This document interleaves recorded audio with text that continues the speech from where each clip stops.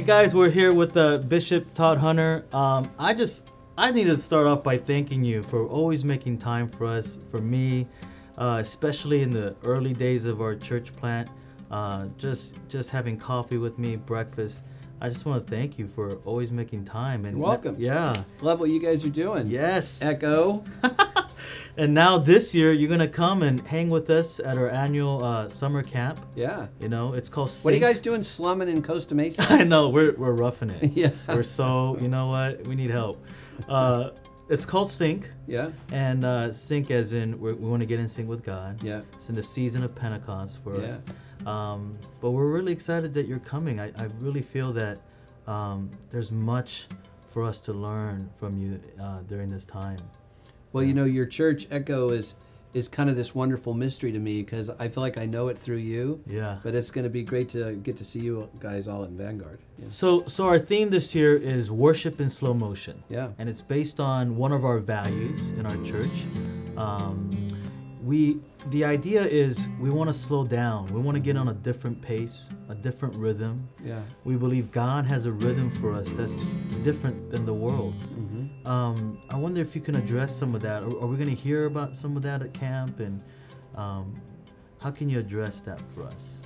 Well, it feels kind of new to us, and the term spiritual formation sometimes even feels like a buzzword or something, or like the newest hip sort of Christian fad. Yeah. But really, the things that underlie formation, which are really spiritual disciplines, have been going on for 2,000 years. You know, even in Jesus, we see him alone a lot. And then he'd be out in public doing what he does. And whenever he was questioned about his teaching or healing or something, he would always say, well, I only do what I see my Father doing. And so, see, Jesus built that kind of relationship with his Father in these times of silence and solitude. So these aren't things we do to earn anything from God. They're things we do to make us present to God, present to ourselves, and then present to the people and the events of our lives. Yeah, I like how you said Jesus, him being the Son of God, still had to build that relationship with his Father. So I think for us, we're really looking for not just an encounter with God, but disciplines, practical things we can actually do in our lives to be present to God. Right. Are there some things that that you recommend that you're going to maybe talk about at camp? Well, I think if you're thinking of spiritual formation positively, like the ability to do something, like just say the ability to do what needs to be done when it needs to be done, whether it's to say a word of kindness or, you know, whatever. Yeah.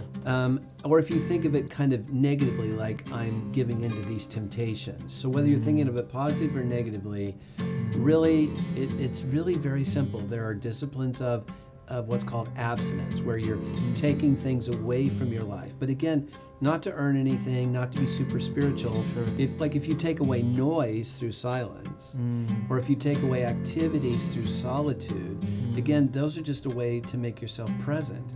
Or there's the disciplines of engagement that we can do at the retreat as well. And those have to do with like worship and study, where they're adding things to your life. So this is actually very simple. It's not for the super spiritual. Yeah. It is for any of us. That's awesome. Do you feel like the disciplines can actually impact how we live, not just how we live as Christians, but even our daily struggles with temptations and fights with sin? Yeah. You know? Yeah, most of us have ideals that we cannot execute on.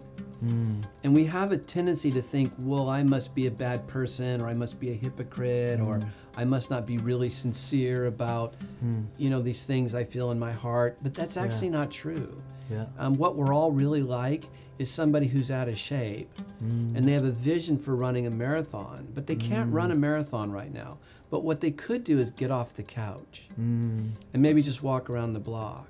And so the secret to, one of the great secrets to spiritual formation is doing what we now have the capacity to do. Nice, yeah. And then with the grace of God, building towards this vision we have. So we have to kind of quit beating ourselves up and just take these little steps in grace. And it sounds kind of crazy, but almost make it fun. Yeah. And if not fun, at least like an adventure.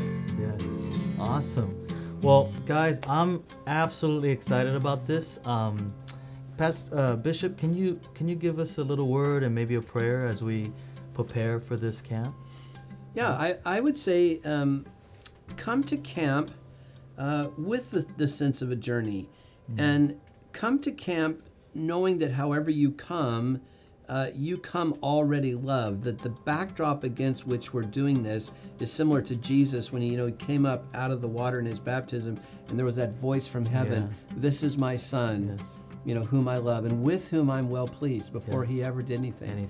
So when we come to these things, we're coming already beloved by our Father, who kind of loves it when he's out mowing the lawn and we get out our little plastic mower and go behind him, because we love what he's doing and we want to be with him. Awesome. Thank you, Bishop. Yeah. We look forward to seeing you. And Ekko, please sign up. Let's do this. Man, let's get in sync with God. See you guys.